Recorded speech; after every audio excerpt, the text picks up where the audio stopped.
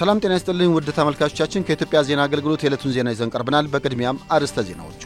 ታላቁ የኢትዮጵያ ህዳሴ ግድብ በትውልድ ቅብብሎሽ የሚዘከር አኩሪ የልማት ቅርስ መሆኑን የኢትዮጵያ ቅርስ ባለስልጣን ዋና ዳይሬክተር ረዳት ፕሮፌሰር አበባ አያሌው ገለጹ። ባለፉት 3 ዓመታት የጥጥ ምርታማነትና ጥራት ማሻሻል በመቻሉ ከፍተኛ የውጭ ምንዛሬ ገቢ ማግኘት መቻሉ ተገለጸ።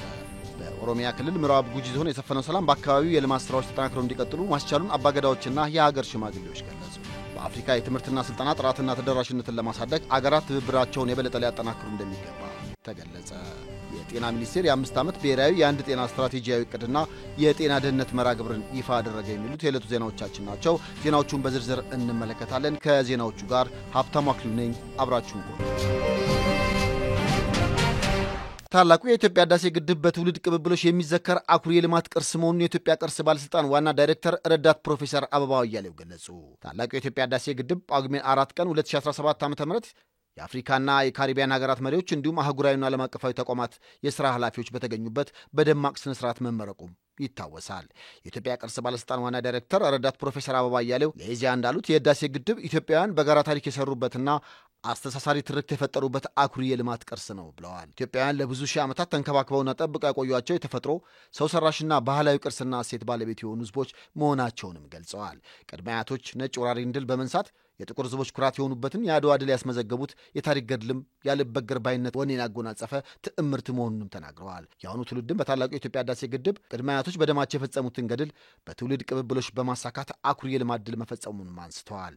የህዳሴ ግድብ እንደ አድዋ ድል ሁሉ የኢትዮጵያውያን መተባበርና አንድነት ጎልቶ የታየበት መሆኑንም አስረድተዋል። ኢትዮጵያ የሰው ዘር መገኛ፣ የሚዳሰሱና የማይዳሰሱ ሃይማኖታዊ፣ ባህላዊ፣ ታሪካዊና ተፈጥሯዊ የሰው ልጆች ወካይ የዓለም ቅርሶች ባለቤት መሆኗንም ገልጸዋል። እነዚህ አስደናቂ ሀብቶች ኢትዮጵያን በቅርሶች ክምችት ቀዳሚ ሀገር እንደሚያደርጋትም ተናግረዋል።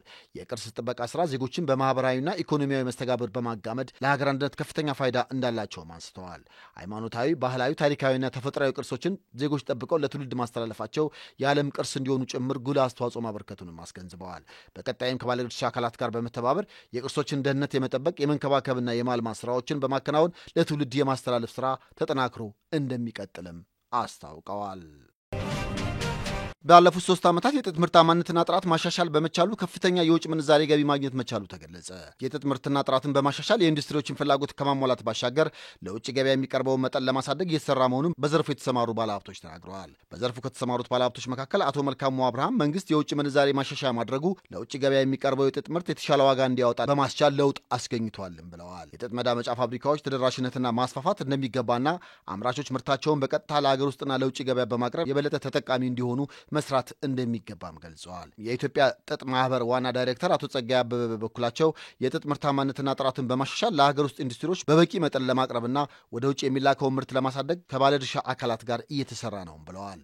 የኢትዮጵያ ጨርቃጨርቅና አልባሳት አምራቾች ማህበር ዋና ጸሐፊ አቶ አጋዚ ገብረ ኢየሱስ የጥጥ ምርት ጥራትን ለማረጋገጥ ከዘር አቅርቦት እስከ መጨረሻው ሂደት ደረጃውን ጠብቆ መከናወን አለበት ብለዋል። የጥጥ ምርት ደረጃውን ጠብቆ አለመመረቱ የጥራት መጓደልና የምርት ብክነት ከማስከተሉም ባለፈ የማምረቻ ወጪ እንደሚጨምር ነው የገለጹት። በጥጥ ምርት ላይ የሚታየው የጥራት መጓደል የጨርቃጨርቅ ዘርፉን በቀጥታ ተጎጂ ያደርገዋልም ብለዋል። በግብርና ሚኒስቴር የጥጥ ልማት መሪ ስራ አስፈጻሚ አቶ ሳምሶን አሰፋ በዘርፉ ያሉ ችግሮች ተለይተው የተሰሩ መሆኑን ገልጸው የጥጥ ምርት እሴት ሰንሰለት ላይ ባለድርሻ አካላትን ያካተተ ብሔራዊ የጥጥ ልማት ጥምረት እየተቋቋመ ነው ብለዋል። እሴት የጨመሩ ምርቶችን ማቅረብ፣ የተሻሻሉና አዳዲስ ዝርያዎችን ማስተዋወቅ፣ የገበያ ትስስርና የፋይናንስ ድጋፍን ማጠናከር፣ የጥጥ መዳመጫ ፋብሪካዎችን ተደራሽነት ማስፋትና ማዘመን ላይ በትኩረት እየተሰራ መሆኑንም ተናግረዋል። በአሁኑ ወቅት 113,000 ሄክታር መሬት በማልማት 71,000 ሜትሪክ ቶን የተዳመጠ ጥጥ እንደሚጠበቅ ገልጸው በቅርቡ በአፋርና ደቡብ ኢትዮጵያ ክልሎች ምርት መሰብሰብ እንደሚጀመርም ጠቅሰዋል። በኦሮሚያ ክልል ምዕራብ ጉጂ ዞን የሰፈነው ሰላም በአካባቢው የልማት ስራዎች ተጠናክረው እንዲቀጥሉ ማስቻሉን አባገዳዎችና የሀገር ሽማግሌዎች ገለጹ። በዞን ይንቀሳቀሱ የነበሩ ታጣቂዎች የመንግስትን የሰላም ጥሪ ተቀብለው መምጣታቸውን ተከትሎ በሰፈነው ሰላም የግብርና ስራን ጨምሮ በሁሉም የልማት ስራዎች ላይ ከፍተኛ መነቃቃት እየተፈጠረ መሆኑን ተገልጸዋል። በዞኑ ያለውን ሰላምና እየተከናወኑ ያሉ የልማት ስራዎችን በተመለከተ የኢዜአ ሪፖርተር አባገዳዎችና የሀገር ሽማግሌዎችን አነጋግረዋል።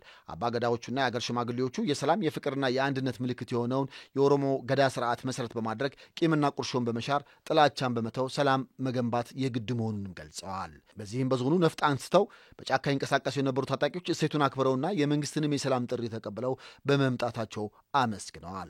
በርካታ የታጠቁ ቡድኖች ትጥቃቸውን በመፍታት ወደ ሰላማዊ ህይወት መመለሳቸው በዞኑ ሰላምና መረጋጋት መፍጠሩንና የልማት ስራዎች ተጠናክረው መቀጠላቸውንም ተናግረዋል።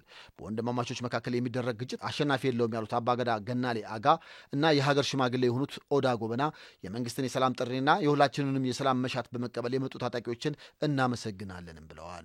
ሌሎችም በጫካ የቀሩ ካሉ ይህን መልካም ዕድል በመጠቀም ትጥቃቸውን በመፍታትና ወደ ልማት በመመለስ ህዝባቸውን ለመካስ እንዲዘጋጁም መልእክት አስተላልፈዋል።